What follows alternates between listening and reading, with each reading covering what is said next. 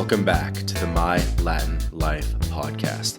Since 2014, My Latin Life has been your trusted guide to traveling and living in Latin America. My guest today is BowTiedCyber. He's a Twitter-based cybersecurity educator and helps people get cybersecurity careers in 90 days. So this could be your path to a remote job and working online in Latin America. Mr. BowTiedCyber, how's it going, man? It's going, man. Just getting over a little cold that I got going on here, but I'm excited to be here. Thank you for having me.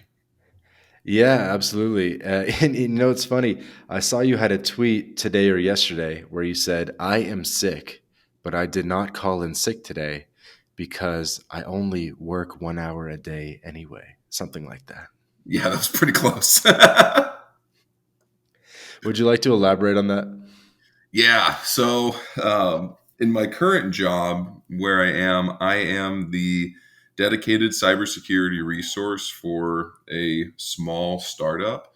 And so it's very much task based. As long as we're not actively getting hacked, and as long as we're keeping tabs on all of the current things that we have, coming down the pipeline, new changes that we're going to have to the environment that could introduce new security concerns.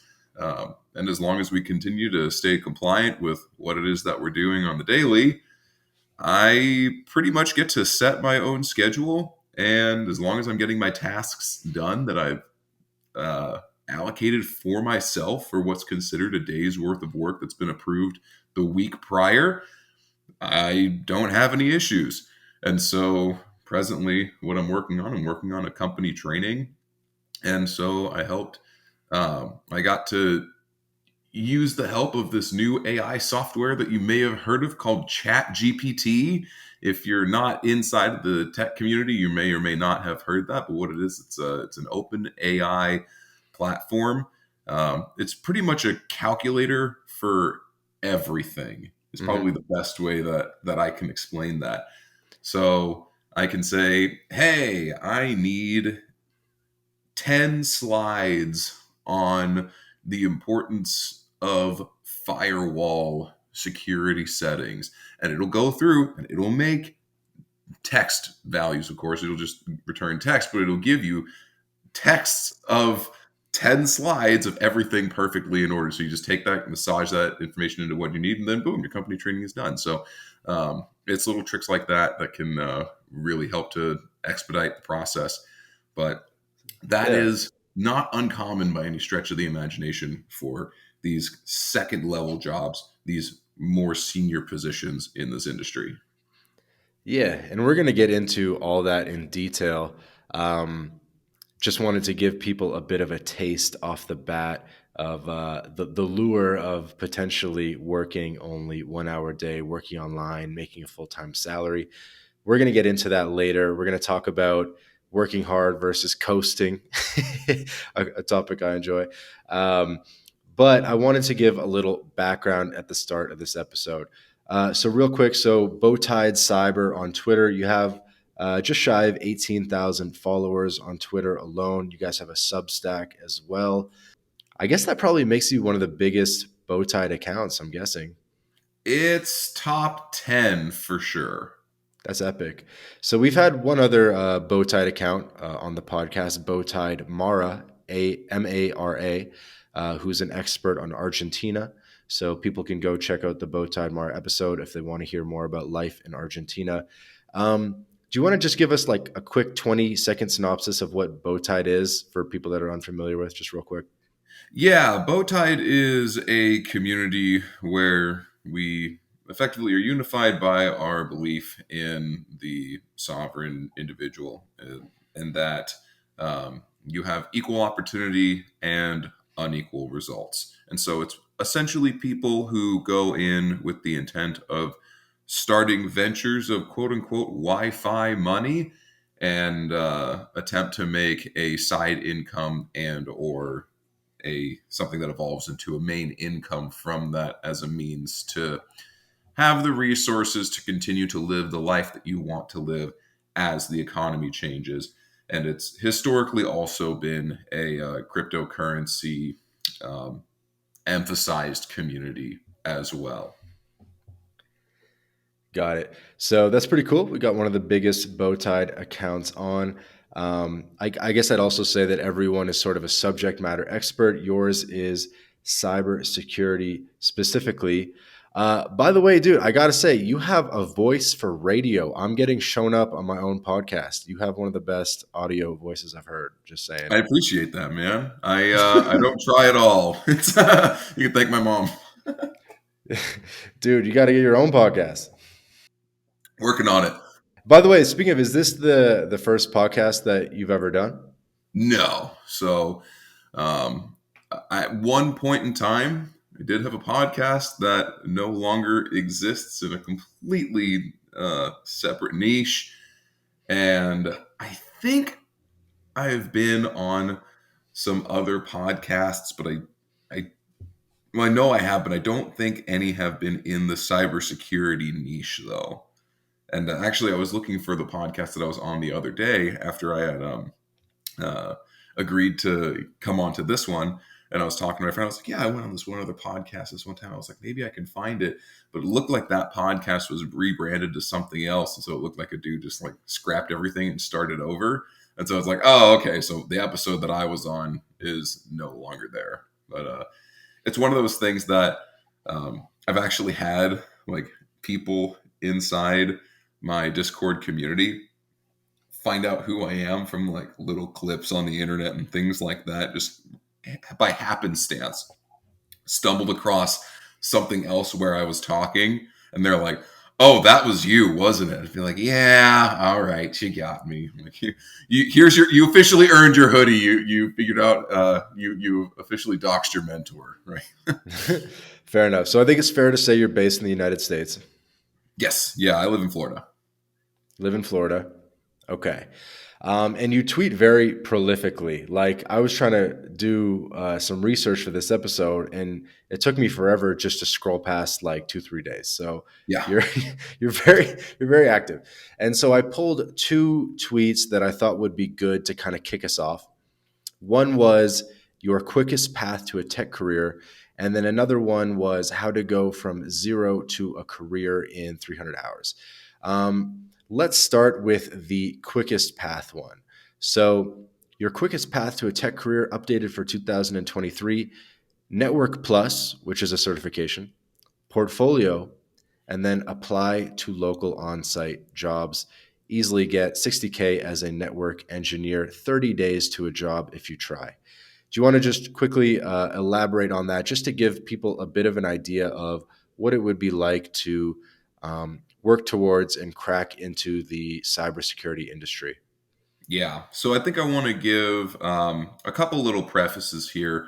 When we say cybersecurity, it's there. It's not necessarily that any one job is going to be a quote unquote cybersecurity job. What ends up happening is cybersecurity is a skill set, not a destination. And so what happens is when you study cybersecurity, you have to study all of the components that go into information systems in order to be able to protect that information.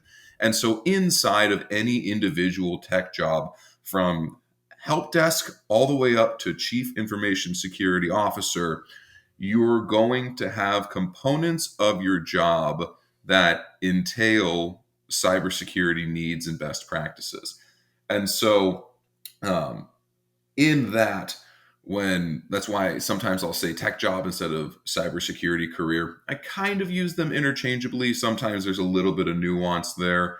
You're not going to say it's a tech career if the goal of the tweet is talking about penetration testing, for example. It's a real term, and yes, it will always be funny. Um, but with that, uh, if your goal is to get a job in tech, you're going to have some skills that you're going to apply from a cybersecurity standpoint.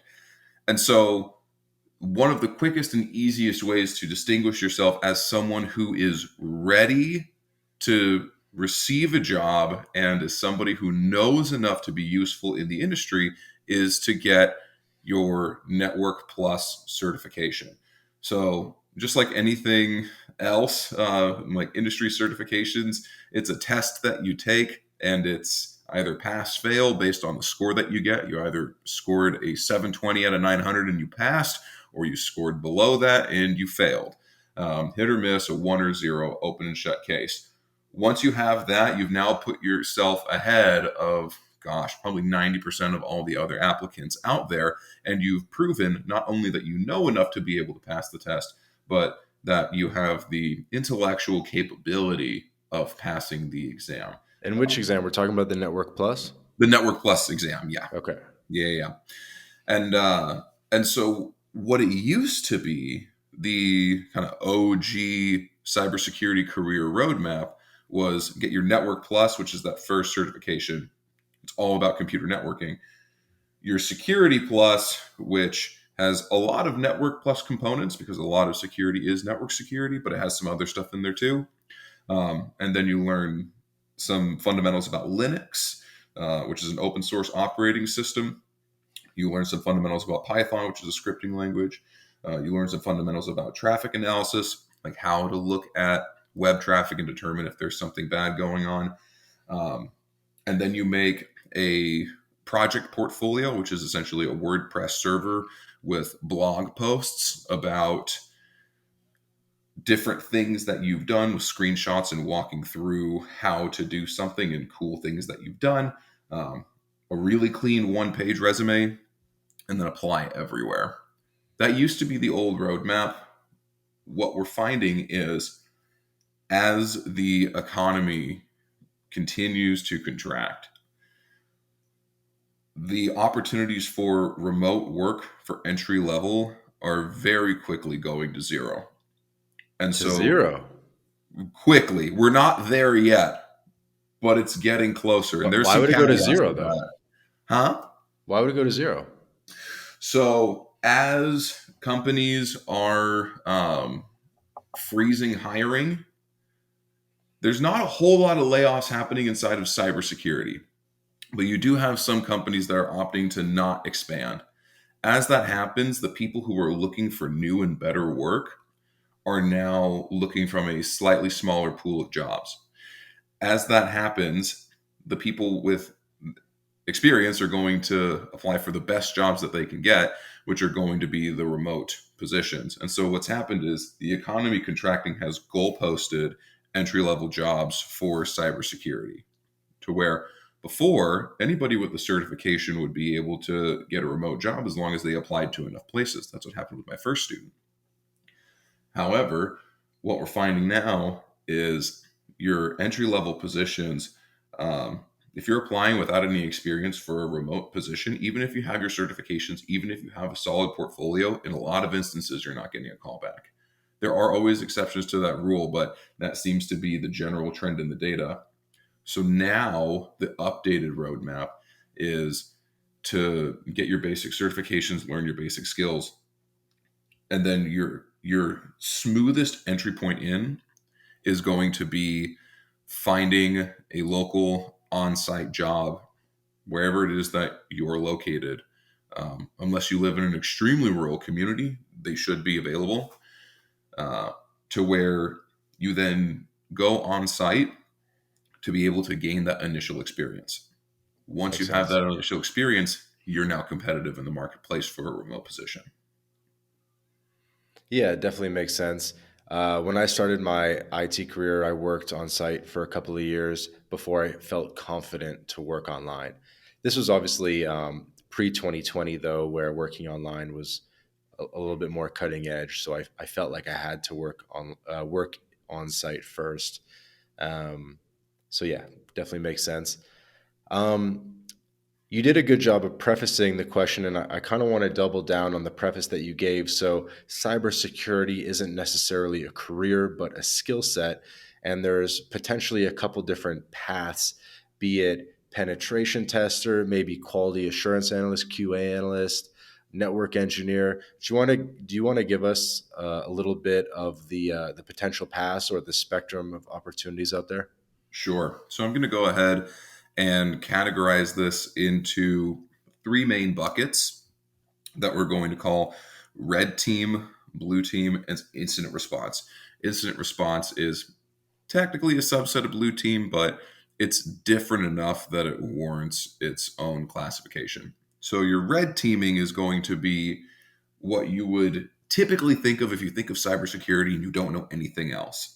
So that's going to be your quote unquote hackers, the people who wear hoodies inside of their room when it's 100 degrees out or whatever, um, like in a dark room, hacking away at things. So, as we discussed earlier, the official term for a quote unquote hacker is a penetration tester.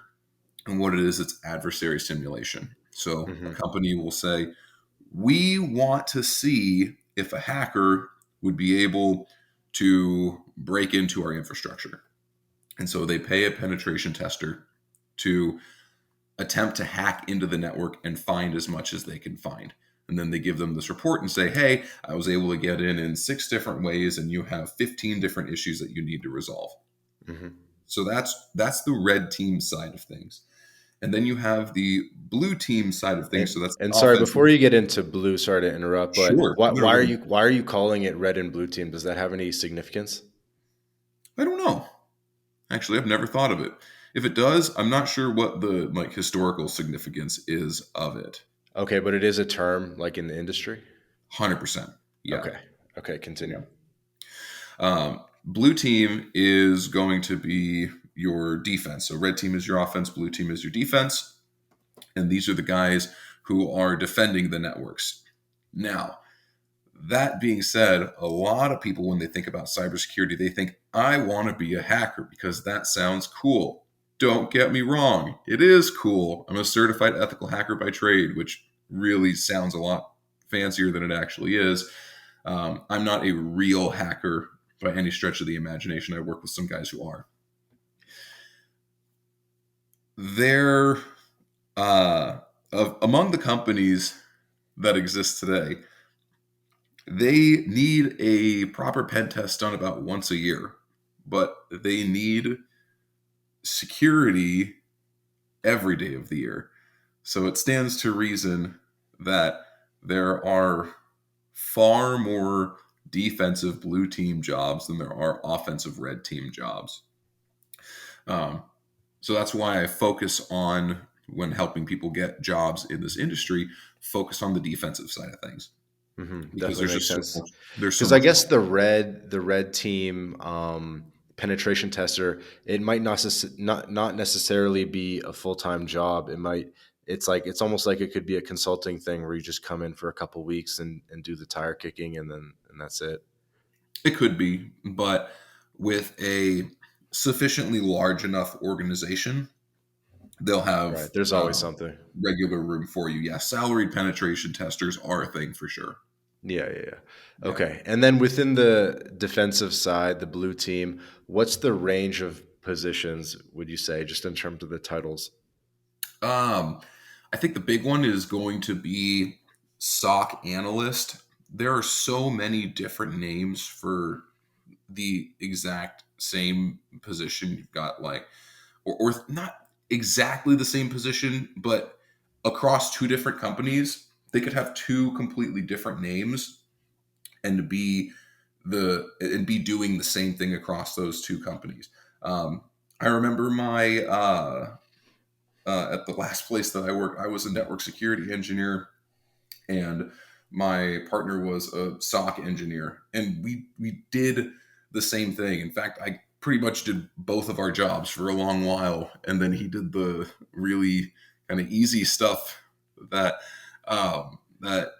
because I had things that he wasn't capable of doing because I knew programming and he didn't. So, um, yeah, I think a lot of this is going to come down to identifying your individual skill sets and what those are, and searching for jobs based on those skill sets, because it's a total crapshoot as to what the job is going to be titled specifically. Hmm. Yeah, and I guess if you're just looking at Indeed or LinkedIn, you gotta search a whole bunch of different name combinations just to see what the requirements are if you're early on, or in order to apply to all these positions, you gotta search different terms to find the jobs. Correct. Yeah.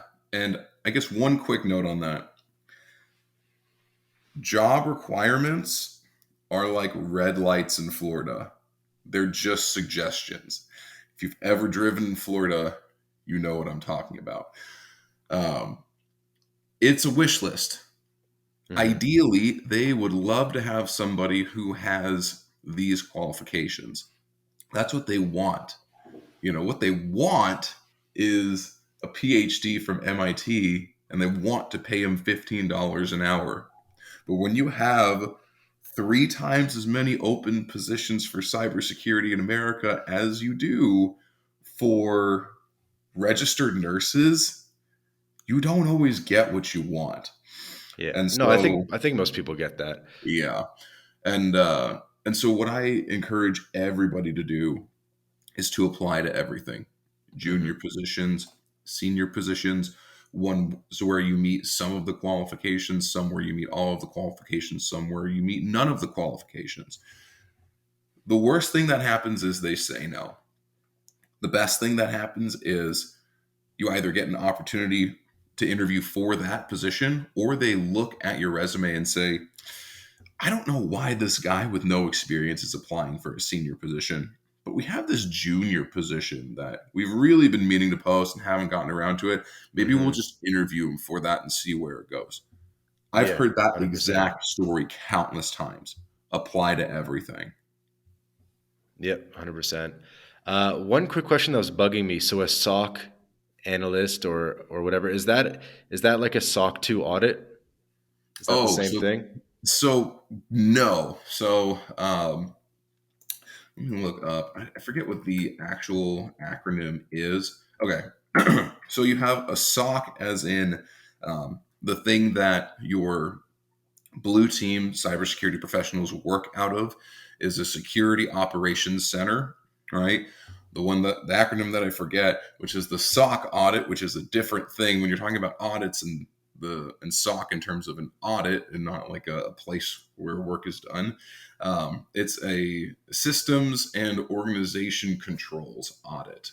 So um, I actually have done both of those things. I went from building a SOC to, in my last job, to now I work with SOC certification at my current company. Was the primary role that I was hired on to fill, was to help guide my company to that, which we successfully did last year. Gotcha. Sorry, that one was just bugging me. Okay, let me hit you with just some basic questions that I think everyone listening to this wants to know. Like, how realistic is it to go from a normal, non-technical, average guy to becoming a cybersecurity analyst or working in the cybersecurity industry? A, is it possible? B, how long does it take? And C, is it actually like the easiest way in, or you know what I mean? Or is it the best ROI way? Yeah, so that's a really good question, and one that I get frequently. So with that, um, maybe we'll start from the end and work our way backwards. Is it the easiest way to get into tech? I don't know of an easier way. I think if I did know of an easier way, I would probably be suggesting that, because cybersecurity for me is really cool as an industry. But more than that, it's a means to an end, because I have so many people that I work with who I relate to back when I was a young adult, when I was struggling. I remember being 19 and married, newly married, and my then pregnant wife and myself had a shitty apartment in the middle of nowhere and a mattress on the floor that smelled like dog pee. And I remember thinking that I would have done anything to get us to a better situation than what we had at the time, and fought like hell to get to that point, going from making $15 an hour to 17 an hour to 20 an hour, eventually getting to a $50,000 a year teaching job, to then getting a $90,000 a year cybersecurity job. And then we split up shortly thereafter. Unrelated to cybersecurity, that was the best part about that whole 7 years, but other than maybe my kids. Well, dude, But that's why you have such a good radio voice. Is you grew up fast. yeah, I mean, maybe that's what it was, man. But I sure did. You know, life comes at you fast when you're married with kiddos. But um, but in any case, I want to be the resource for others that I wish I had when I was 19. And so when I tell people this is the easiest way to get in, the fastest way to get in, I'm not saying that because cybersecurity is my thing. I'm saying that because I think that cybersecurity could be anybody's thing. And I say this as somebody who initially tried to get in as a programmer and failed miserably. Like, I'm not smart enough to be a programmer, but I'm easily smart enough for what I do in cybersecurity, which, you know, I think my track record has has proven that. Okay, so you think that cybersecurity careers are easier to get into than coding careers? Yeah, 100%. Programming is hard. And I was just reminded of like how hard programming is, taking on a little coding project at my current place. It's brutal. So okay. So So with ROI. that, yeah, like you're not going to make the most money in cybersecurity compared to other avenues of tech like programming, but it's also a lot easier to get into. So it is a lower ceiling, but it's also a lower barrier to entry, right? Hmm. And also probably easier day to day and less work day to day, which we'll get into later in the episode. Yeah, we'll get there. Hmm. Um, and then, is it something that anybody can really do? Is I think it's something that I think 10% of the population thinks they could do it, and I think 90% are actually capable of it. And I think the easiest way to tell is go get your Network Plus. There is a really good course by a guy by the name of Jason Dion, who has a Udemy course on Network Plus. Hmm. If you put in 100 hours of hard ass study and you can pass your Network Plus, then you've got what it takes to be able to make it in cybersecurity. Not only that, that is like the halfway point to getting a job in cybersecurity is getting your Network Plus. So if anybody's interested about that, I would strongly recommend looking into the CompTIA Network Plus exam for that reason, because if you can pass that, you're gold. Yeah. And by the way, this course costs $10. I'm looking at it right now. It's not much. It goes on sale all the time. Yeah. I think it's listed for $300 or something like that, and it's Maybe always it's because I'm in 90%. Mexico, but it's 229 pesos right now. Yeah, yeah. It's yeah, it's not much. Um, and then that really goes into that first point, which is can this really be done in like 300 hours? Is that really like feasible? I think that depends on you, how hard you're willing to work, and how efficiently you're able to study.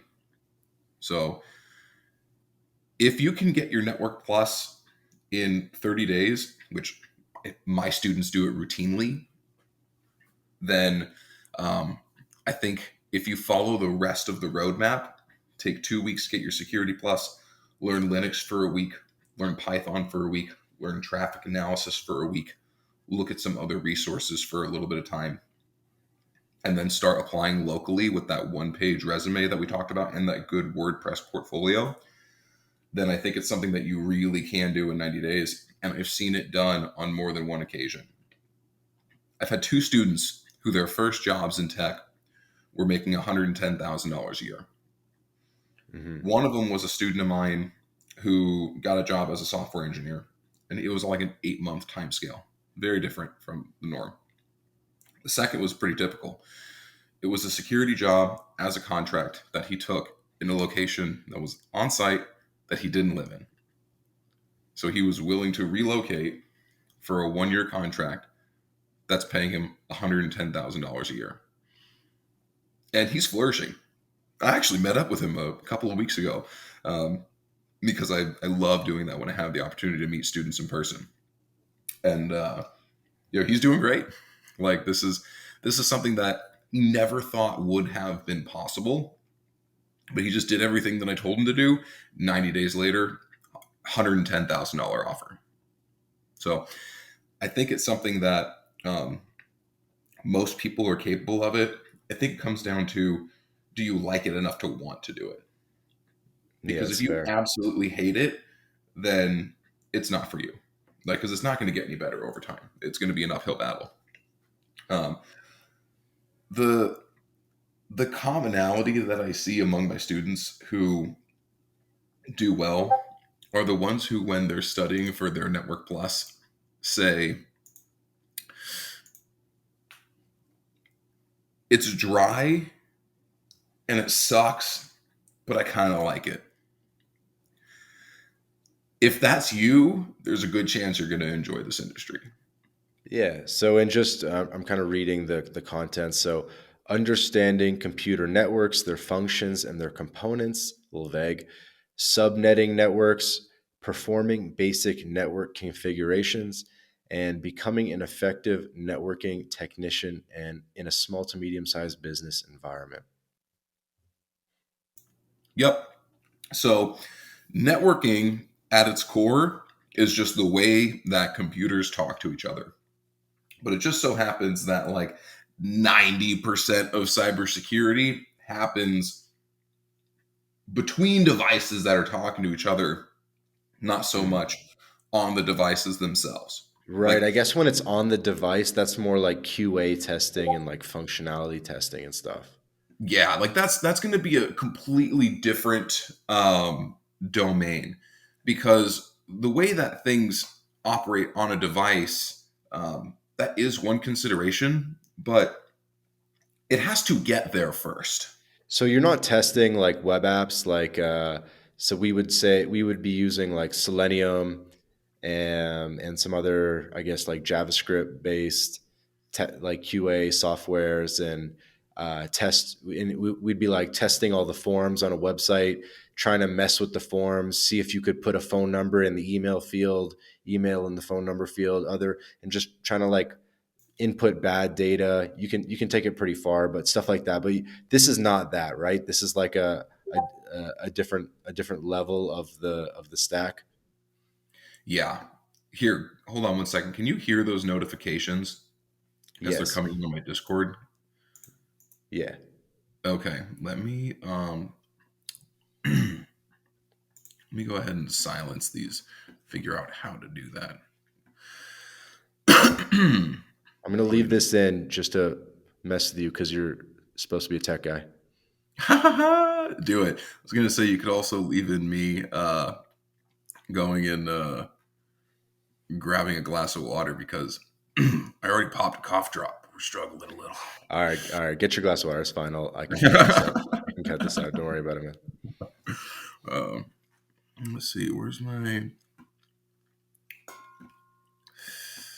notifications on Just close it. here? I did. That's why I'm confused. Okay. Uh, let's see.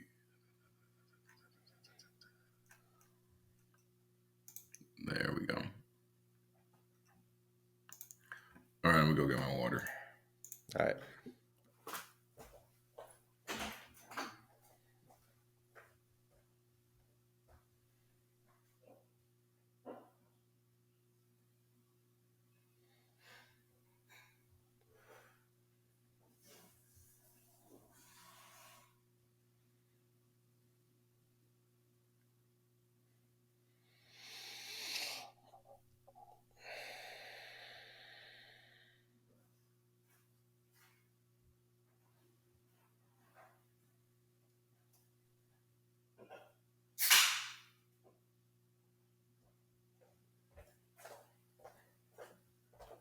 right, I got a water and a Coke Zero. Sweet. I'm not sure which is going to help, but we're stacked. I'm gonna get a couple more cough drops here on the ready just in case. Okay.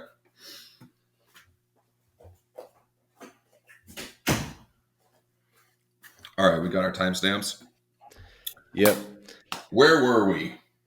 Where were we? So let me double down on a question. I have a lot of buddies that hit me up because they see my Instagram stories, and maybe they did a Bachelor of Arts degree. Maybe they work in construction or some kind of lame sales job on site in an office, and they don't really have technical skills, but they're, I don't know, they're competent adults, let's say, that have been paying their bills for a couple of years, but they know they want to switch into something that's more IT, more online, and they want to be like me and travel the world and get the Latino girlfriends. So they think that maybe doing this networking thing is a good path to it. Let's just double down on how realistic it is to go from zero to job in like 90 days. And actually, we never even talked about like what the day-to-day responsibilities are going to look like once you get into one of these roles. Yeah. So it's going to be completely different uh, for each and every job that you get or that you could be getting. And so I think uh, if we want to start with that, let's go ahead and go over some of the basics of some of the things that you might be doing if you were to get a job as like a say a network engineer. Okay. It's largely going to be um, configuring routers and switches and dealing with different IT systems, whether that's email servers, whether that's Linux servers, Active Directory, DNS, different protocols.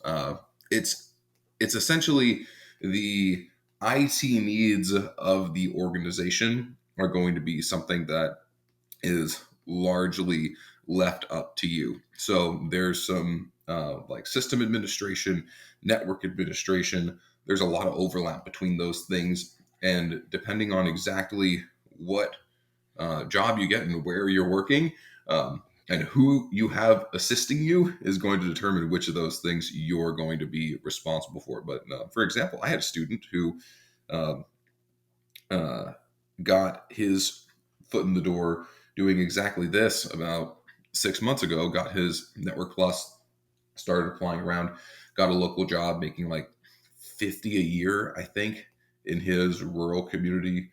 And the first thing they had him do was like set up Active Directory.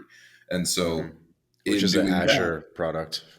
yeah. So I don't know if they did it in Azure or if they did a local on site with domain controllers. But in either case, it was something that he didn't know how to do. So he researched and he figured it out and then he did it. And that's a lot of what you need to be able to do to be able to make it in this industry is if I don't know how to do something, can I figure it out? And if the answer is yes, then you have a really good chance at having a successful entry into this world of tech careers. Sounds like a lot of responsibility. I was just a construction guy 90 days ago. I was painting walls, and now I'm responsible for the IT infrastructure of a small to medium sized business. That sounds like a lot of responsibility. It is, but you have to remember that to get to that point, like 90 days doesn't sound like a lot when you're chilling with family and watching Netflix. When you're putting in 4 hours of hard ass study every single day, like you won't even recognize yourself 90 days after that because you won't have shaved the entire time because you don't have any time because you've been studying so damn much. Um, but in all seriousness, though, the amount that you can learn and actually be useful in 90 days is astounding. I had a student just recently passed Network Plus and Security Plus in 38 days. And I thought it was really interesting what he had said. His certification came in the mail because you get a digital one and a paper one. His Hmm. certification for Network Plus came in the mail, and he said it's crazy to think that 40 days ago, I didn't even know what TCP and UDP were, um, which are transmission protocols, different types of packets that computers send to talk to each other. And that's exactly what it is. It's because most people don't know what that is. But when you dedicate this amount of time and effort, you're able to go in and be useful almost immediately. And yeah, it's going to be a lot of figuring it out. And yeah, it's a lot of responsibility. But it's that high level of responsibility in each job that gives you the opportunity to be able to break into the marketplace as somebody who doesn't have any formal experience. Okay, I'm sold. And so I'm actually between becoming a software developer. I heard I can do a 2 month boot camp and get a job out of that, or doing this network plus thingamajiggy and becoming a network guy. Why would I want to become a network engineer instead of a software developer? Well, I think it's going to be an easier entry point. Um, and it doesn't help that when it comes to software engineering in particular, we're starting to see some layoffs. That's not happening much in the realm of cybersecurity and uh, like general tech, like site reliability type stuff. The reason being because if the computers stop working, you stop making money. But if you don't code as fast, you still make money as an organization. And so it all comes down to dollars at the end of the day. So sort of Uh, maintenance mode, keeping the lights on versus new feature Correct. advancement. Hmm. Okay. Exactly. 100%. But that being said, if you have the chops to do software development and you like it, do software development. Like, I'm not here to tell you that you shouldn't do that. Like, try it out, give it a shot. Like, buy a $10 Udemy course on Python, or if you're going to try to do front end web development, um, learn JavaScript, learn React, do free code camp. Like, I tried doing free code camp back in the day in 2018 when I failed to get a tech job before I had to submit and become a high school math teacher. And, it wasn't for me. Like, I got stuck on free code camp and I could not figure it out for the life of me and how to do this one dumb function in JavaScript that did something really basic. Like, it was not the avenue for me. But I would say that if you're looking to get in as reliably as possible, like if you're somebody who you would rather play the odds than go into a particular industry or domain, I'd recommend start by studying networking. Um, but if you're somebody who, if you've played around with programming and you know that it's something that you truly enjoy and something that you have the chops for, like, go for it. Hmm. It wasn't my thing, but that doesn't mean that it won't be your thing. Yeah, I have a question, which um, is this whole industry based on the Windows slash Linux stack, or like, what if you're a MacBook guy, you've been using a MacBook your whole life, and now you got to use a Windows machine potentially at a job? That's a bit of a hard transition, or what's sort of the split there? Well, it depends on, like anything, I think it depends on the job and it depends on um, what it is that you're trying to accomplish. So, like anything, uh, the needs that the organization is going to have is going to be entirely dependent on the organization, and it's also going to be completely unique from anything else, from any other organization out there. Maybe minus some like really small shops that have a very limited number of like software uh, and servers that they have. But in general, for any organization of appreciable size, the needs that they have and the technology that they have is going to be completely unique to them. And so there's going to be a learning curve, no matter where it is that you're going. Uh, And so I would say that it's not going to be an issue because you can learn whatever it is that you need to learn once you get there. But this is why you start with your foundation. This is why you start with your base. Like, I'm not a Microsoft guy at all. I'm recording this from a an HP laptop that I put Ubuntu Linux on the moment I got it, and I didn't even honor it with a single Windows boot. So I would say do your best, learn as much as you can, and get into the job so you can start gaining that experience, because that's where you're really going to learn and where you're really going to thrive. And then you're also making money and you're not just studying anymore, like you're actually applying it, which is also a really good feeling as well. But when it comes to like different operating systems, sometimes if you go somewhere and say, hey, I'm used to working on a Mac, can I get a Mac? They might be like, yeah, we can get you a Mac. Or they say, nah, like we really use Windows machines here. Okay, well that's just a learning curve that you're gonna have to deal with, but it's not that much of a hard transition. I think the hardest one is going to be if you go from never using Linux to all of a sudden having to use Linux, in which case you should have learned something about Linux in your study. Like, I have a cybersecurity boot camp and we go through the fundamentals of Linux in that. In my Substack, we go through the fundamentals of Linux. We do all that stuff Mhm. because knowing how to do things in Linux is important because you have a lot of Linux servers. So you need to know what that looks like and how that operates under the hood, at least a little bit. And it's actually really cool. Like, I love Linux. Linux is my favorite. Um, but yeah, I wouldn't be afraid of that transition. Like, if that's the thing that you're most apprehensive about in starting a new career, is if you're going to have to learn a new operating system, then I think you might have bigger challenges coming your way. Okay, cool.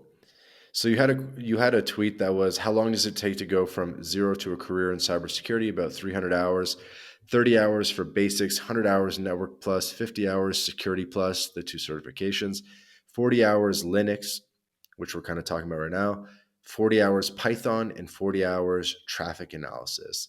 Um, what type of Python is it when it comes to this career? Because it's obviously different than the type of Python I'm used to as a web developer. Hmm. Yeah. So when I say Python, I mean Python for scripting and automation. Anything that you would do expressly for the purpose of making your life easier. I use Python for a lot of things that I could probably do in Excel, but I don't know how to do them in Excel. So I do them in Python. I do a lot of data parsing and data conditioning in Python. I actually, this goes back to my first job, which is some really basic Python. I built the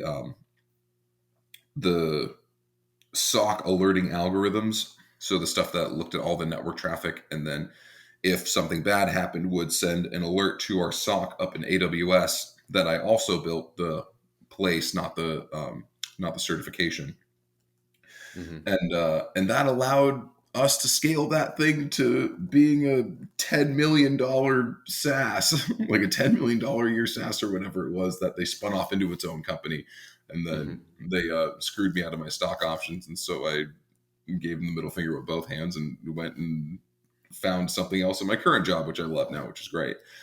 Um, I mean, hard not to love it when you work an hour a day, right? And the people there are really cool too. So big Yeah, bonuses there. you've made reference to getting screwed out of stock options. I guess this is an aside, but what happened there?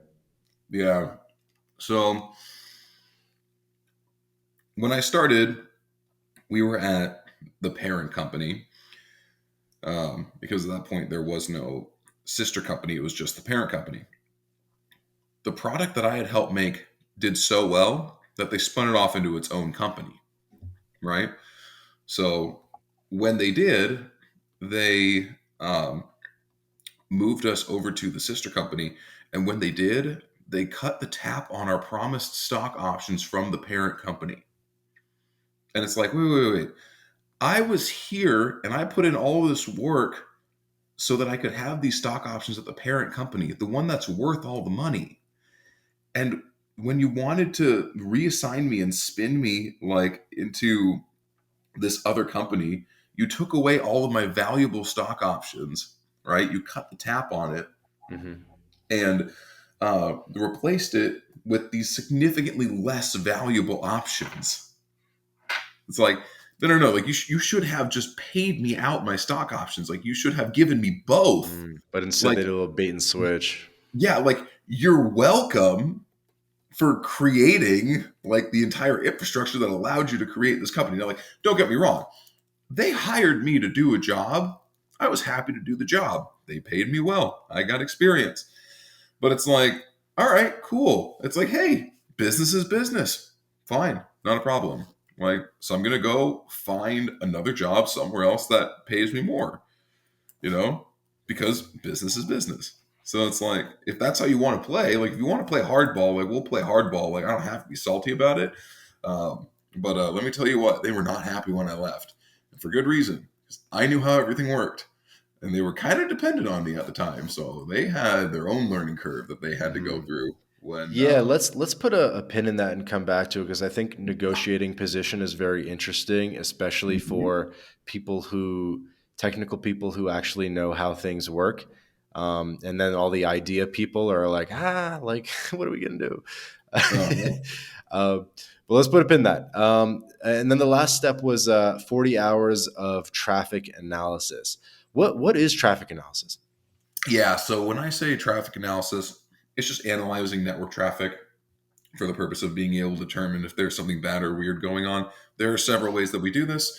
Um, One is with Wireshark, which is a program that you use that's technically considered a protocol analyzer, quote unquote. I'm going to put on my little nerdy glasses and get my pocket protector. We call Wireshark a protocol analyzer. So what you do is you load in a packet capture file, otherwise known as a PCAP, Hmm. and it loads all of that into memory, and then you can dig through the entire PCAP all at once. You can look at all of the IP addresses, all of the computers that we're talking back and forth, um, everything about the interaction that took place on the network is going to be captured and put into this PCAP file. And so, if there's anything bad or weird that happened that we can detect on the network, we'll be able to detect it in Wireshark. So that's one of the things that we can do. Um, I go through in my Substack a post on how to capture a clear text password using Wireshark. It's really not capturing it with Wireshark. It's more so like finding what the password is once it's been captured, whether you're capturing it with Wireshark or not, as an example. But then we have other things that we can do. So I like to teach people how to use an IDS, an intrusion detection system, is a brilliant tool that we have. It's completely open source. It's the one that I like to use is called Suricata. And what it does is that looks at all of your network traffic in real time, but instead of saving off all of that network traffic, because there's so much useless garbage in network traffic that you would never need to look at. Instead, what it does is it's got tens of thousands of rules. And if anything bad or weird happens, instead of just saving off the traffic for you to find later, it'll generate an alert.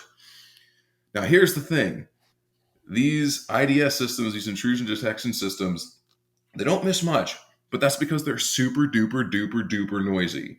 Most alerts are complete garbage.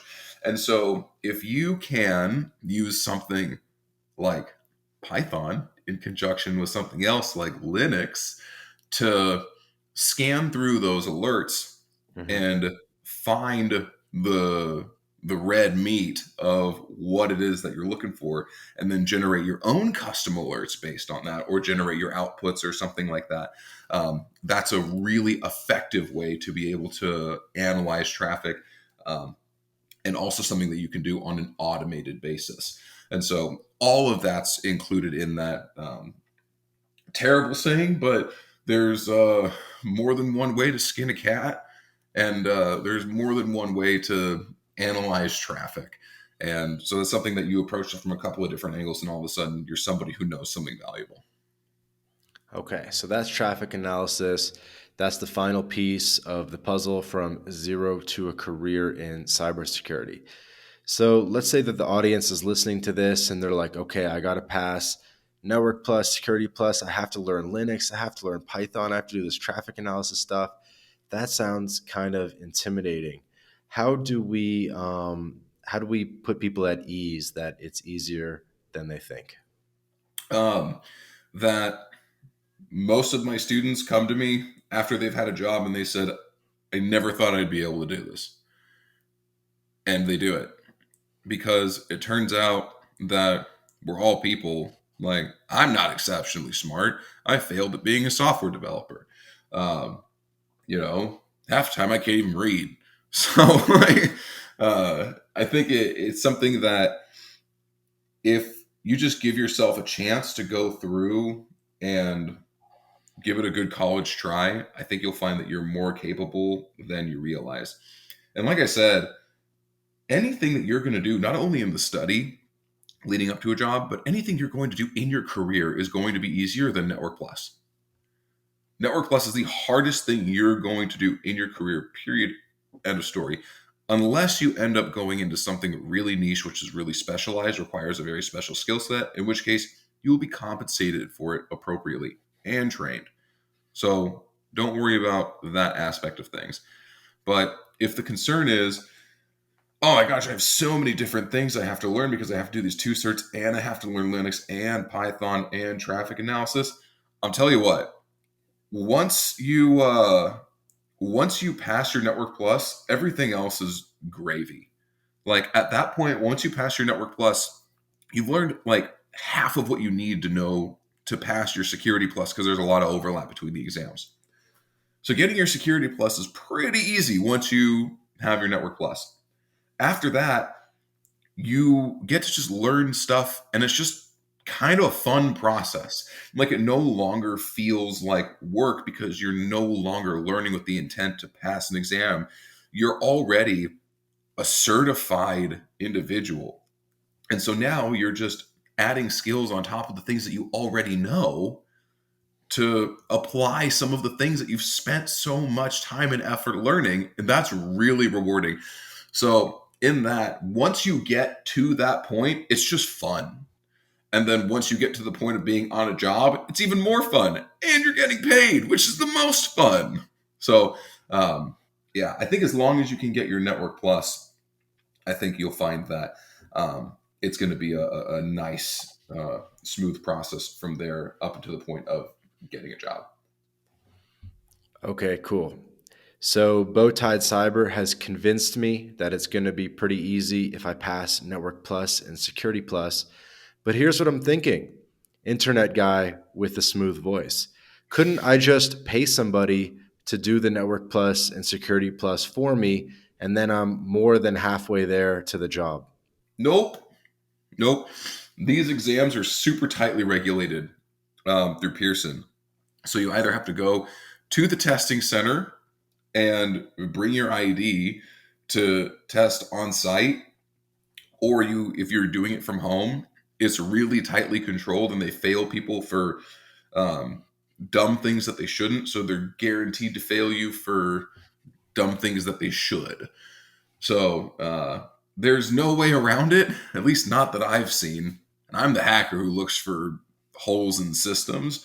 Right, I guess of all the tests, it's like Yeah, the hacker test, they've made it unhackable.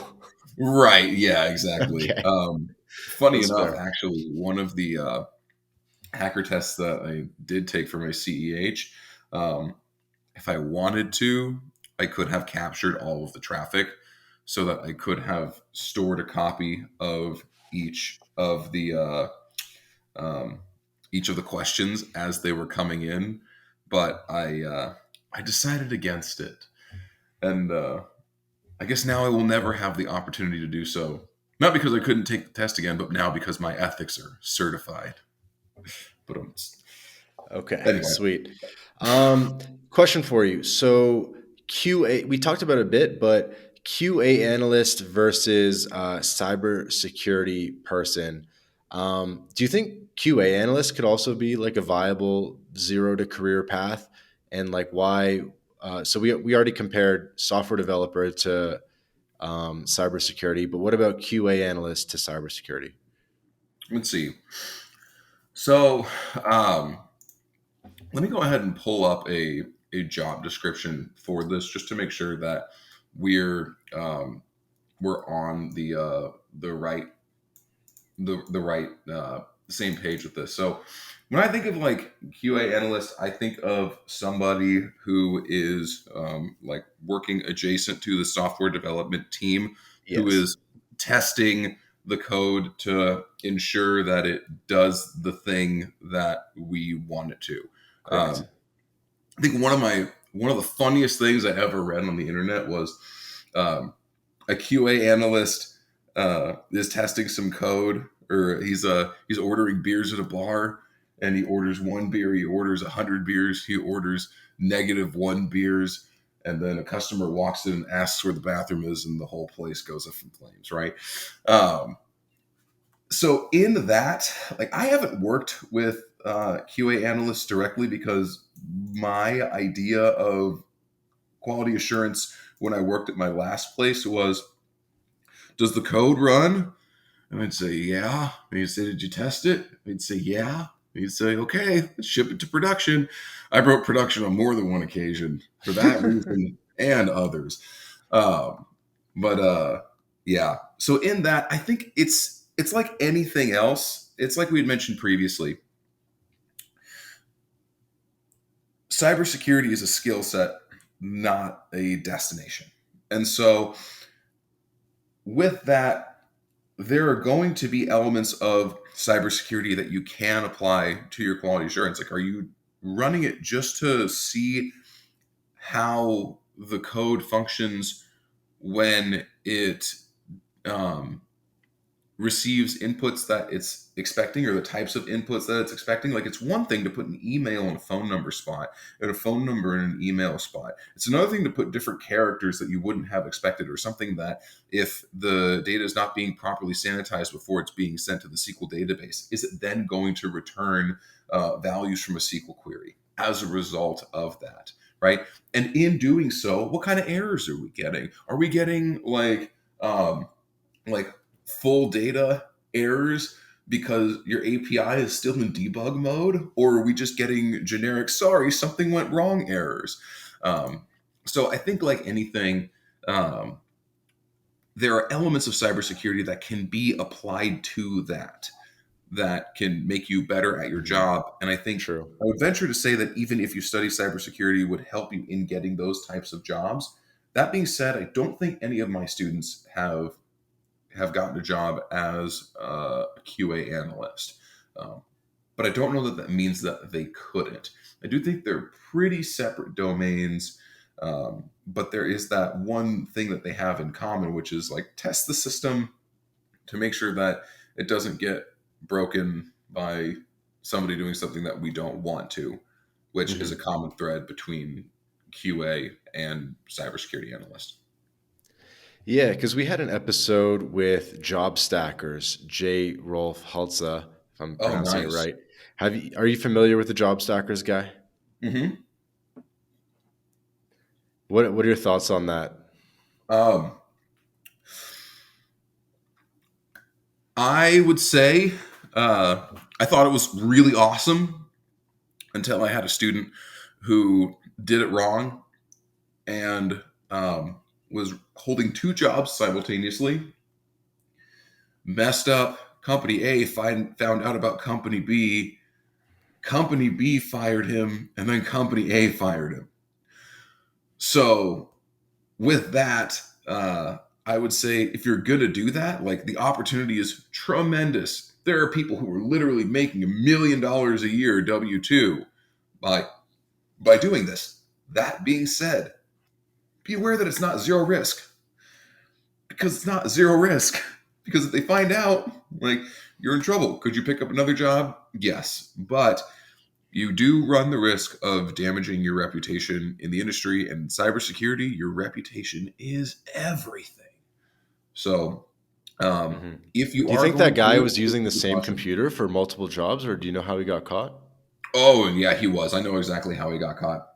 Um, he his AirPods weren't connected when they thought they were, and so the he was muted on one meeting but not the other, and so Company B was able to hear what was going on in Company A's meeting, and that's how Company B found out about Company A. Then Company Because B he was on told two Company calls at the A. same time. Yeah. Hmm. Oh, and the companies actually talk to each other. Yeah, Company B called Company A and told him about it. And then Company A said, "You can't be doing this anymore. Like, you're going to have to quit working at Company B." And then Company B fired him. And then after Company B fired him, Company A fired him anyway. Damn. So it's Wow. So they kind of told him and then fired him. Well, I guess they had to confirm to be like, yeah, yo, does this guy work for you? right, yeah, right. Like, really? Because he works for us. Yeah, yeah. So in the Job Stacker interview, or sorry, in the Job Stacker podcast, he was doing that. He was doing two calls at the same time, and he was having over ear headphones, and then also having AirPods. And so he was Whoa, listening to one call kind of in each ear that's at this. wild. I was like, dude, like that's insane. He's like, no, the camera's not good enough. Like they can't tell I'm like listening to two calls. And like we ran through some strategies about like how to deal with it if they both kind of call upon you at the same time. I would rather just not deal with that stress and just like not double book my time. But I guess maybe it's occasionally unavoidable. Dude, same. Like, that's what I like about what I do here. One, I'm anonymous and nobody knows like what I do, and nobody needs to know like what I do, which is super cool that I can help people in the capacity that I have, um, while being anonymous. But the other side of that too is it allows me to prioritize my job when I need to prioritize my job. When we're going through SOC audits, like, that's A1 priority. Like, Twitter's fun, like, and I get to help people, but it's like, your boy needs to eat. Especially now because I'm bulking, you know what I'm saying? And so with that, it's nice to have this opportunity where whatever it is that I do here on the side, I can schedule completely around what it is that I need to do for my job to ensure that I'm still, checking all those boxes and providing the service that they're paying me for, because they are paying me for a service. Mm-hmm. And like, I take that very seriously. Like, while there are things that I do to make my job and my time more efficient, that's certainly not an exception to the level of quality that I expect myself to bring or that they expect me to bring as well. No, for sure. So, Sorry, and the reason, and we'll get into a bit of the time commitment stuff, but the reason I brought it up was because the job stacker guy, he was originally a software developer, and he decided to transition into QA because he found it was just easier to stack because there's just less of a daily oh, time commitment. And honestly, I'm kind of thinking of doing something similar because I may or may not be a software developer. And what's tough about being a developer is you actually need to produce features like every day, and there's a lot of pressure of daily output and putting out like lines of code every day. And if you move over to the QA side, or alternatively to the cybersecurity side, I feel like there's less of a pressure of daily output because you're more just like monitoring things, running some scripts, and I feel like it's just a little more chill. What are your thoughts on that? yeah, I mean, probably. That's part of the reason why uh, I didn't pursue software development, even though I probably could at this point in my career, because I actually have written some code, and I've actually received offers um, for software development positions in the past. Mhm.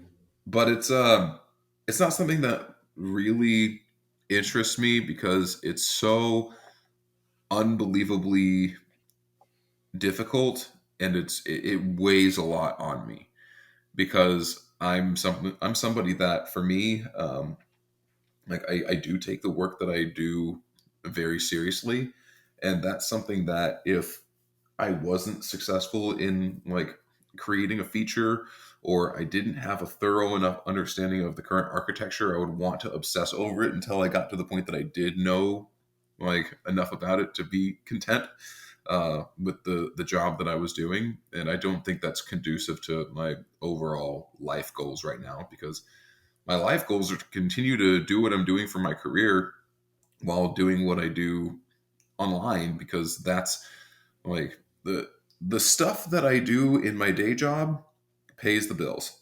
The stuff that I do online is fulfilling to me. Like, people ask me all the time, they're like if money were no object, what would you do? It's like, that's easy. I would do exactly what I'm doing now. I would just do uh, what I'm doing, helping students start their careers, because that's what's meaningful to me. I just wouldn't be working a day job anymore. Hmm. So what is the expectation like on a daily basis as a cybersecurity professional? Like how do they like how metrics driven is your work? Like are they saying like, oh, you gotta, I don't know, create so many scripts a day, run so many scripts, check all these things. Like how metrics driven is it versus more like a little bit more vague and stuff? Yeah, so I think that's a great question. Depends on the place that you're working for. I, as a personal rule, on principle, will never work for a place that implements time trackers. Uh, Yeah, I saw that. yeah. One, I've got too much respect for myself.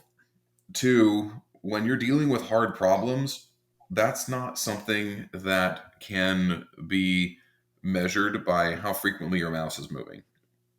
Um, and so, with that, I really do think it depends on the place that you're working for. In general, I think it tends to be um, either task driven or outcome driven. So, like in my current place, like we do Jira sprints, like most tech organizations, which for people who don't know, um, Jira is a ticket management system where you have your tickets that you have for a certain period of time. Tickets are tasks. Hmm. How much time you're going to spend on those tasks is determined by the number of points. You have so many points allocated in a day, and so many points allocated in a week, and so many points allocated in a sprint, which is a combination of some number of weeks. And so what I do is I set up my tickets for a 2 week sprint, and then I get the sign off from my boss and everyone else in the team for what I'm going to do for that 2 weeks. And then I go and do it. And that's it. And then it's never like, well, what were what were you doing with your day? Like, I was doing this and I was working on it. Well, were you really working on that for a full 8 hours? Like, no. Like, but nobody asks that because nobody cares. Like, I'm working remote. Like, they're not up until 9 o'clock where they are. Like, their 9 o'clock is my 11. So it's like I don't have to be presentable by email until 11:30. Hmm. Like, I go work out in the mornings, like, and that's fine. And I get all my work done. Everyone's super happy with the work that I'm doing, and I get along with the teams. At any time something happens that really needs a careful call to attention, I drop what I'm doing and make sure that it gets addressed. That's the biggest point. Um, because when you're not getting hacked on a regular basis, like, there's just not as much that needs doing with that level of urgency, or that warrants that level of Do you constant find that care. certain do you try to target jobs in certain industries that are more chill or I guess what industries should people avoid more generally? Ooh, that's a good question. Um, if you're trying to get your first job, it's going to be based on whatever you can get. Just get it. Just say yes. Say yes to everything when you're trying to get your first job. Hmm. Once you have that experience, it's a cakewalk. It's a gravy train. After that, then you now have the leverage to get the job that you want. When looking for jobs, the best advice that I can give you is to hire your boss. I would take a good boss over an additional 10% pay every day of the week and twice on Sundays. Yeah. Having a good boss is such a profound impact on your quality of life that it's not something that should be easily overlooked. So, with that, I'll give you an example. I did interview at a couple of places uh, in 2021 when I was looking for a new job. One place for their uh, interview uh, project, their interview test for me, gave me access to their production database. It's like, I don't think you understand, lady. I could have had you by your Christian name. I could have ruined you. Versus the company that I ultimately ended up accepting the offer for, boss was super chill, extremely intelligent. They had all of their I's dotted and their T's crossed as an organization, and they knew it. But they still needed somebody to bring on to make them a little bit better and to help get them across the finish line for SOC certification. And that's exactly what I did.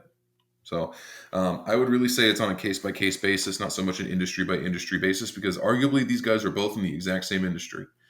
Hmm. But Yeah, but like, what about like, say, financial or banks? Would you avoid that because it's a lot of responsibility? I'm trying to think some other ones, but yeah, I mean, I think like, anything's going to be a lot of responsibility when you're talking about banks and financial institutions. They're going to these really big players that have the most responsibility are also going to have the most resources. So it's kind of a self-solving problem. Like, mm, would you rather be at a place that's really small and you're the only guy that's low stakes? Or would you rather be at a place that is really big, um, has a large team, but is high stakes? Well, in either case, you probably have about the same amount of responsibility. yeah, that's fair. And I hope I don't come across as a major slacker. I'm just sort of taking the position of one if someone theoretically wanted to do so. No, I think that's great. Like these are the questions that I get asked like all the time, and Yeah. you're asking fantastic questions. So keep them coming. All right, I'll hit you. I'll mix it up a bit. I'll hit you with some questions from Twitter. We tweeted out that I was going to be interviewing you, and we got a couple questions. Um, so the first two are actually related questions, and it's basically for non-Americans. So if you are not American, listen up. Um, the first one is tips for non US citizens that want to go full remote. And then a related question, kind of what's up with cybersecurity in Europe slash outside the USA? How is the career different outside the USA? Yeah. So I'm going to go ahead and um, for not USA, I'm going to answer this question in two categories of Europe and not Europe. I've had students in Europe who have successfully started careers, notably in the UK, on a couple of occasions at this point. Um, and what it seems to be is the standard of get your certifications because Network Plus and Security Plus are internationally recognized. Good Um, point. so get your certifications and go through the process. The pay is probably going to be lower, and you're probably going to be expected to work on site at least in the beginning. After that, and I think this is probably going to be the standard for everybody else too. Like I get questions like this that I think are really interesting, and like um, somebody will ask me specifically, like, "Hey, like, what can I do to to start my cybersecurity career? Like, if I'm in Singapore?" And it's like, I don't know.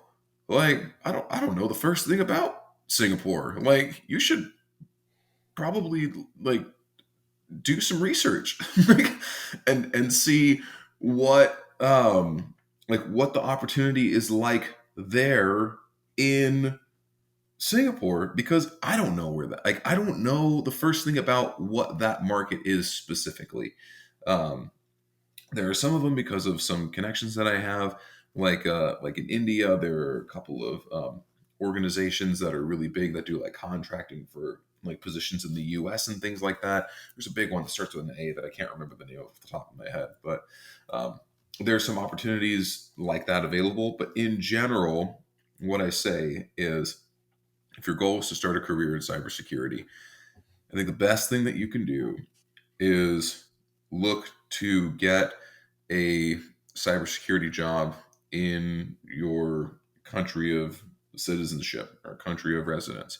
Because a Mm-hmm. lot of this comes down to background check considerations. Like, Mm-hmm.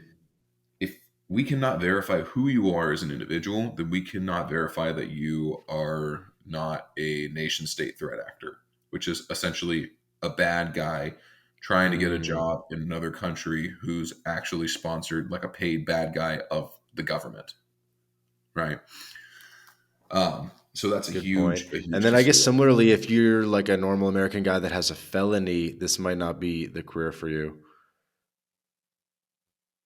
You would think so, except for the fact that, funny enough, my student who did this faster than anybody else, it was 18 days or something like that, to a job in cybersecurity, uh, had a felony on his record and got a job. I actually just talked to him like an hour ago and asked him, like, how he was doing. He said the job's going well, but he's having some other, like, problems in his personal life He stole a unrelated car again. to that.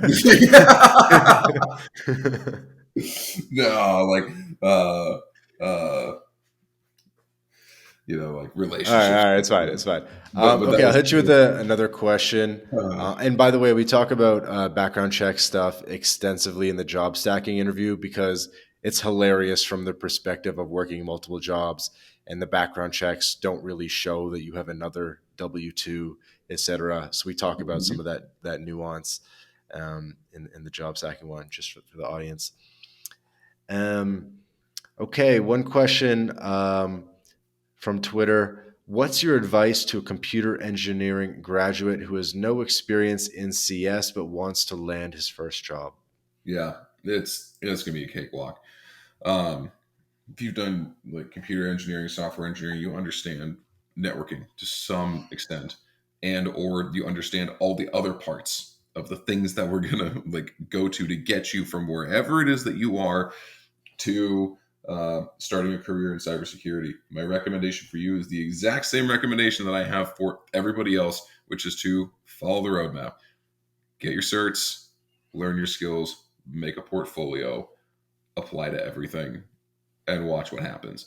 Um, there's a lot of this comes down to who can have the most feathers in their cap, right? Who can have the heaviest resume, quote unquote. Like, resume weight is something that is a term that I like to use with my students. The idea is that every other individual skill, certification, degree, experience that you have is going to give your resume more, quote unquote, weight. The goal is to be the heaviest resume in the stack. Mm-hmm. And so, with that, if you have a degree, like, cool, then you're just going to be that much more likely you're going to have that many more doors open to you. But if you don't have a degree, there's a lot of opportunity in here to get in, which is why I recommend, if you're interested in this industry, don't go to college. I spent $200,000 on my education. I have a bachelor's in math and a master's in cybersecurity. Mm-hmm. It's gross. Like, just don't do it. Just you. Not worth So it. if anyone's listening that's like in high school, they could probably just skip the CS degree entirely, do the outline that we've talked about, certifications, Linux, Python, traffic analysis, and they're good to go. Yep. I have two boys. They are 6 and 8 right now. They're going to be 7 and 9 this year. I've told them that if you want a car, you will pass your Network Plus and then I will buy you a car. They will not be going to college. I will not Mm-hmm. be paying for them to go to university, but I will give them every opportunity for, if they want to pursue an opportunity in tech. And when you're 16 and you're looking at maybe getting a job at the local Pizza Hut, making whatever minimum wage is going to be when they're 16, some $25 an hour, something like that, with the rate inflation's going. Hell nah, young Timmy's going to be pen testing. That's right. That's what I'm saying. Like when you're looking at that versus, gosh, I really could be making $80,000 a year doing this other job that's a lot cooler. Like I could really have a nicer car. I could do way more stuff with my friends, and all of a sudden those real life considerations come in, and then all of a sudden it's like, okay, like yeah, this is hard, but it's worth it to give it a shot. Um, so yeah, it's the same thing. Like that. The same advice that I tell to everyone applies to high schoolers as well. Like, get your Network Plus. If you can do that, then you have every opportunity in the world to go out and have an incredible career from a young age. Got it. And so we're talking about 10 years from now, he's got to write that test. So you're saying that it's still going to be valid, and that certification and those learnings are going to still be valid 10 years from now? I anticipate that it will be, yes.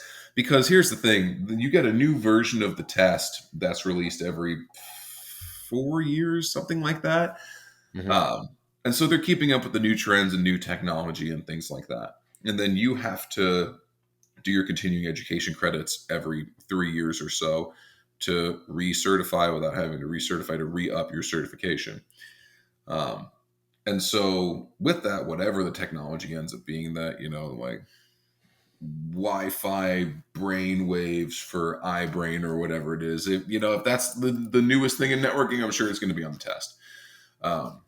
And so, yeah, like I do Starlink. anticipate, like whatever it ends up being, like if it's not Network Plus and Security Plus, it's going to be whatever its successor is at that time. Right. Is Security Plus optional, or is that mandatory? Strongly recommended. Um, I've seen students get jobs without it. I've seen students get jobs with a Security Plus without a Network Plus. But uh, again, it's about having the heaviest resume in the stack. And every other box you check is another feather in your cap. Especially after you get your Network Plus, it's worth spending the extra 2 weeks to get that Security Plus. It's only 2 weeks. Because you're really showing somebody who knows that you have no experience that you're ready for this responsibility. Gotcha. Is it even that hard if it's only 100 hours? Because that's only 20 days at, oh shit, my math is bad. So 10 days, 10 hours a day, 20 days, 5 hours a day. You know what I mean? That's not that bad. Yeah, like it's depends on what you mean by that bad. It's if you've gone to college and you've crammed for finals, it's kind of like cramming for finals for a straight month. It's Hmm. pretty much what it is, except you have one final at the end, and that final is your Network Plus. Got it. Oh, Um, and so speaking of, so CompTIA, people are probably gonna be. I feel like you're selling CompTIA more than you are your own stuff. Um, but so people will probably end up on the CompTIA website, and they'll see that there's actually a few other certifications. There's IT fundamentals. There's the A plus, which is pretty big, I guess. And then there's other infrastructure ones like Linux plus, and they might think, oh, maybe I need Linux plus because BowTiedCyber was talking about Linux on the podcast. What are your thoughts on Linux plus and A plus and some of the other ones? yeah, great question. Pen So, test plus. um, I had a thread that did decently well in December, which kind of started off my major growth curve. And in that, I said something about how there are a million certifications in IT, but you only need two.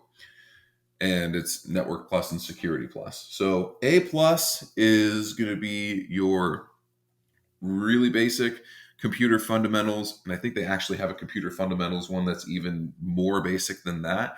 What I Mm-hmm. tell people is if you know anything at all about computers, like you understand what an operating system is, you understand uh, like what RAM is and drives. If you've ever taken apart your laptop before and swapped out RAM or swapped out your drive, loaded an OS. If you've done things like that, then you know enough to jump right into Network Plus, because your A plus is not going to help you in your cybersecurity career.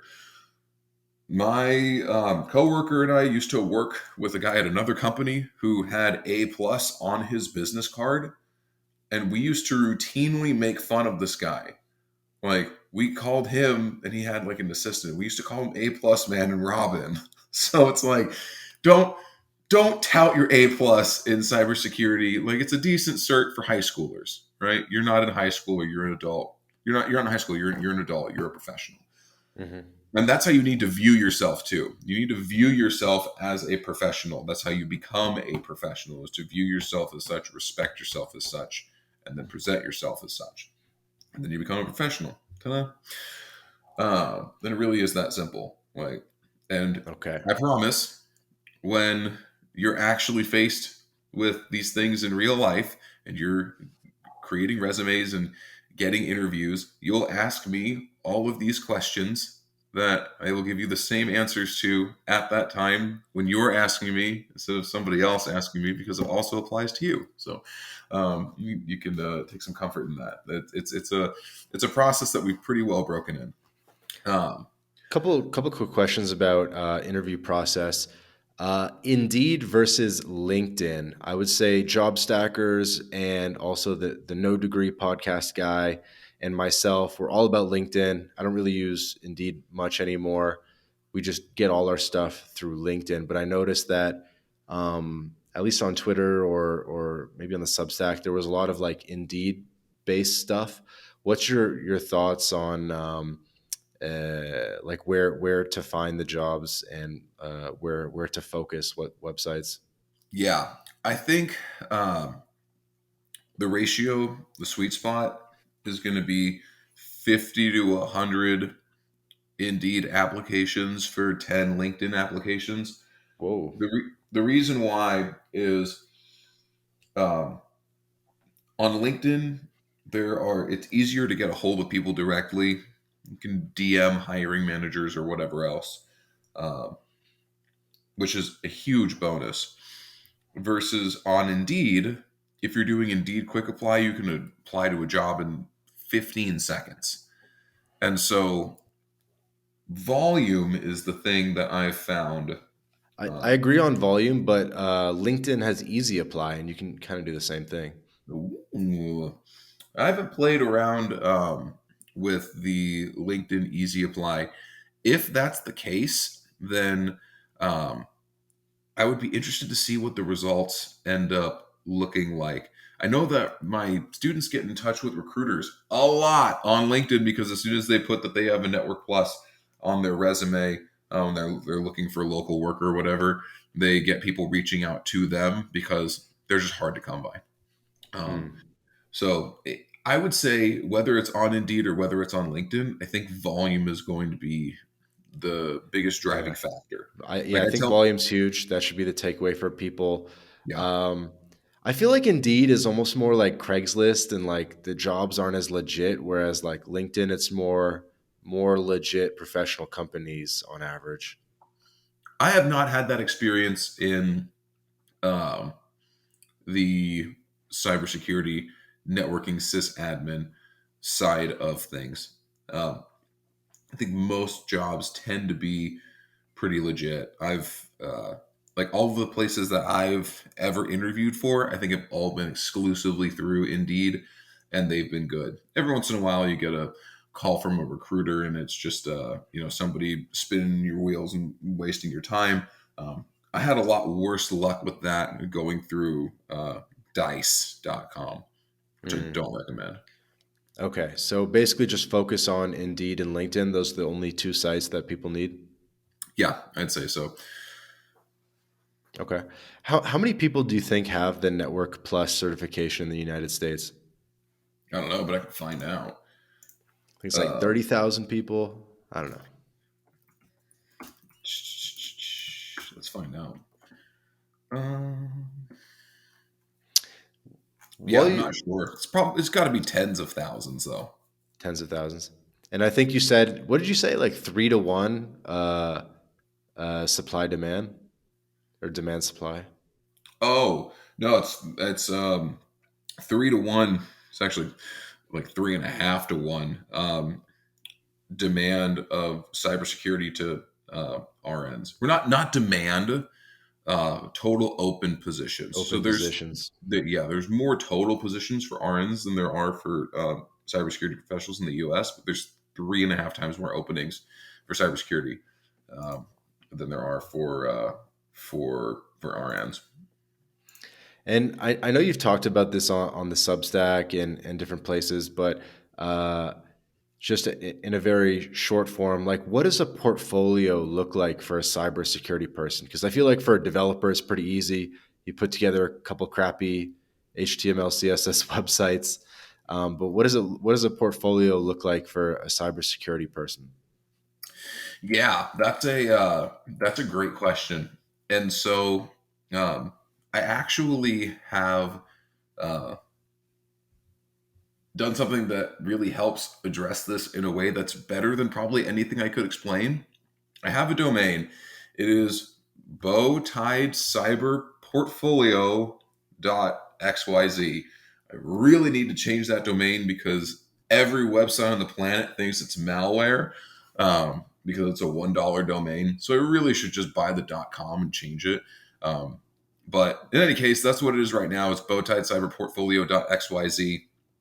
This is a WordPress site that was my actual redacted cybersecurity portfolio that I used to get my cybersecurity job in uh, 2019, um, complete with the original timestamps of all these entries that I had, which were all coincidentally in March of 2019 that I put in across a 16-day span. So it has a few things in here. Mostly they are capture the flag events, where for people who don't know, they are hacking challenges that allow you to test your hacking skills. So you're given a website and you're told to capture the flag and you're not told anything else. And so you have to try a bunch of different stuff until Mhm. you figure out where the vulnerability is and how to find the flag. I had one in here on capturing a clear text password with Wireshark, like we discussed earlier. Um, I have one in here about automating scans with Nmap, which is a network mapper. Um, so it's just a bunch of different things. But I think more than what I'd be able to explain, if you go to BowTiedCyberPortfolio.xyz, it's totally free. Anybody can go there and see it. Um, that'll give you a good example. But what it is, it's doing projects and cybersecurity tasks and explaining what you did and what your thought process was in real time um, to demonstrate one, not only that you know how to do something, but two, that you know how to communicate effectively. Like, it's one thing to be able to do something, but for you to be able to demonstrate that you know how something works, you have to be able to explain that. Hmm. Yeah. So what is it that people need to communicate when they're going through the interview process? Is it like, are you explaining like, I'm so good at networking, I'll be able to find all the bugs in your system and make your system bulletproof? I'm guessing that's not really it. No, no, not at all. It's just projecting competency.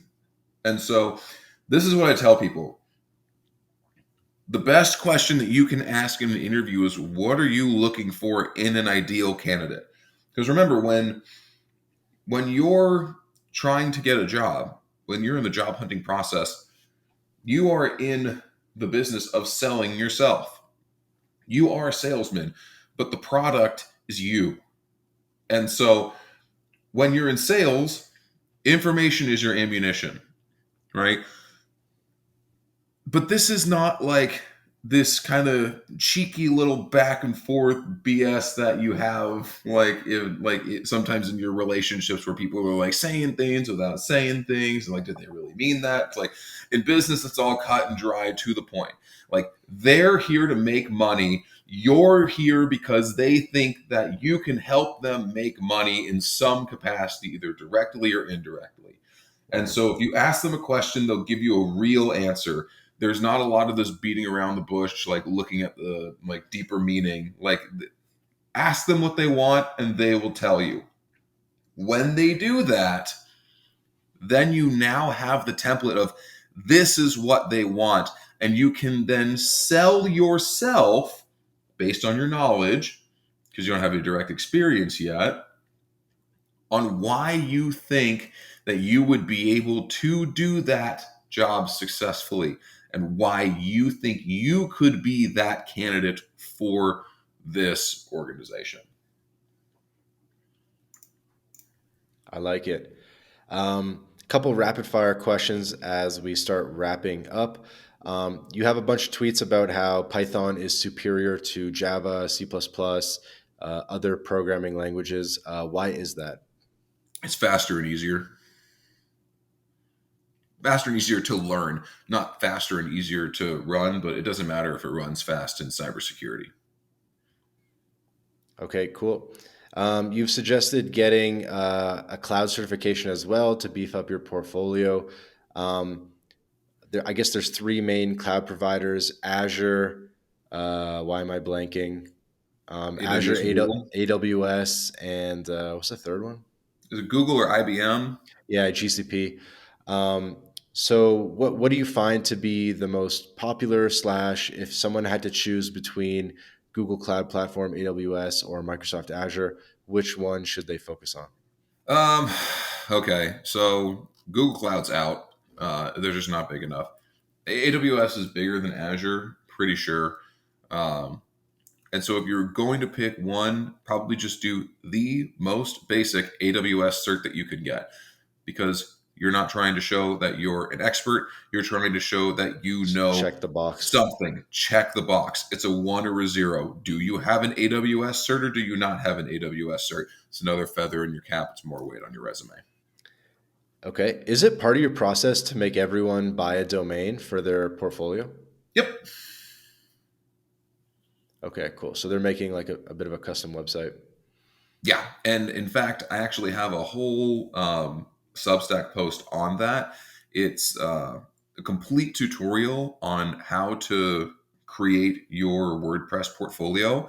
And I walk through the entire thing step by step with screenshots from logging into your DigitalOcean account, or if you create one, you just create one, and then creating your server with the WordPress image. Then you go to Namecheap, you buy your domain, you set your DNS records, you go back to the server, you finish configuring it, and all is well. So yeah, it's a really inexpensive process. Costs $6 a month to run the server necessary to run a WordPress server, which is the smallest one that they offer, by the way.